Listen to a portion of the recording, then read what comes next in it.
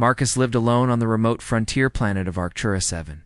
His research outpost sat quietly among purple crystal fields and glowing rock formations that stretched as far as the eye could see. Humans had begun colonizing the planet recently, but most people avoided it because of its harsh winds and the strange wildlife that roamed the crystal plains.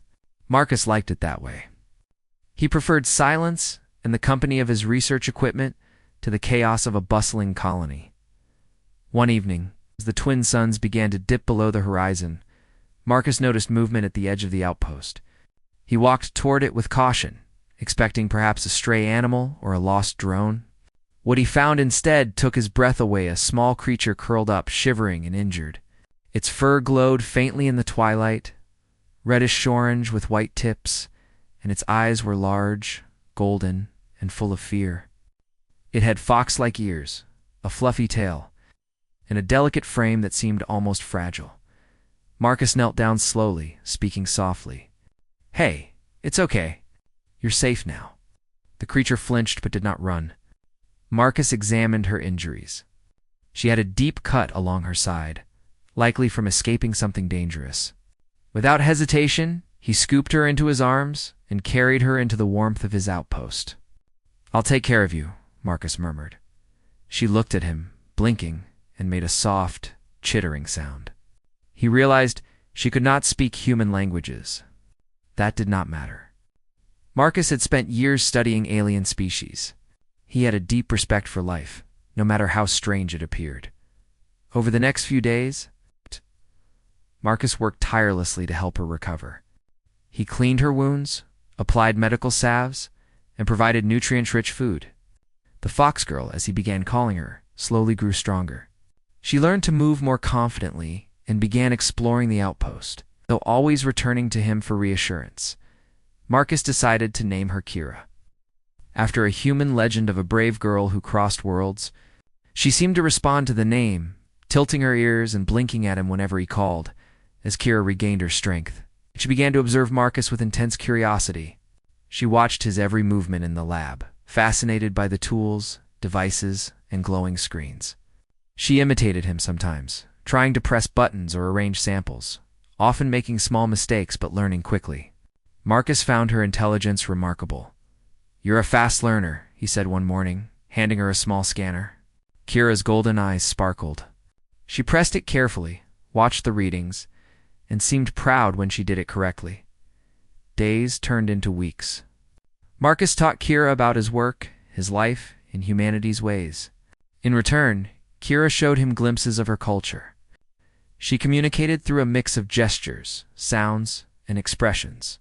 Marcus learned to understand her mood through subtle tail movements, ear flicks, and body posture. Despite the bond forming between them, Marcus knew Kira was not human. She was alien, and her biology was different. Yet he felt a deep sense of responsibility for her. He wanted to make her life safe, stable, and happy on this strange planet. One morning, as Marcus prepared breakfast, he noticed Kira acting strangely. Her ears twitched, her tail swished rapidly, and she moved with restless energy. At first, he thought she was just excited, but soon he realized something was different, something biological. Marcus consulted his database of alien species. As he read, his eyes widened. The Vyari Kira species had a mating season that began suddenly and could last for several weeks. During this time, their behavior changed dramatically. They became more active, more emotional. Their instincts drove them to seek companionship and bonding. Marcus felt a mix of concern and determination. He needed to help Kira navigate this period safely. He would not let fear or confusion dictate her behavior.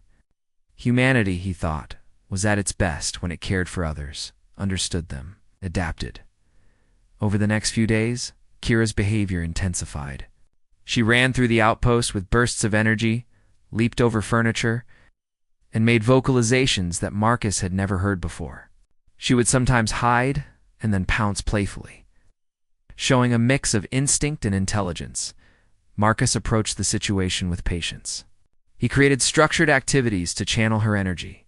He built obstacle courses, arranged puzzles, and even included him in the games. Kira responded positively, learning to focus her energy without feeling frustrated or trapped. You're doing great, Marcus said, one afternoon as Kira completed a complex puzzle he had designed. She blinked at him, tail flicking in excitement. He realized that trust, guidance, and a safe environment were key to helping her manage her instincts. Through it all, Marcus marveled at her resilience. Despite being a refugee from a war-torn world, Kira faced her biology and emotions with curiosity and courage. She adapted quickly, showing intelligence, agility, and an emotional depth that impressed him. He felt proud, not as a master of her, but as a guide and friend. One day, a sudden storm hit Arctura 7. Winds whipped around the outpost, shaking the structure and rattling the windows. Kira panicked at first, her instincts urging her to flee. Marcus grabbed her, holding her close. "Stay calm, Kira. I'm here." "We're safe," he said firmly. Using their combined knowledge, they secured the outpost. Kira helped by carrying supplies and activating safety mechanisms. Marcus guided her through the tasks, and together, they weathered the storm. By the time it passed, they had strengthened not only the outpost, but also their bond.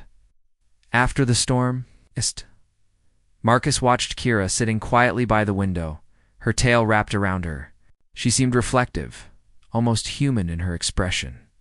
Marcus realized then that her intelligence and emotions were not threats, but gifts.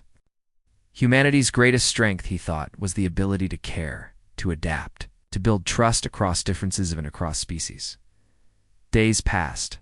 Kira's mating season began to wane. She calmed, returning to her playful, curious self. She helped Marcus in the lab, explored the crystal plains, and occasionally rested beside him as he read or worked. Marcus felt a deep satisfaction.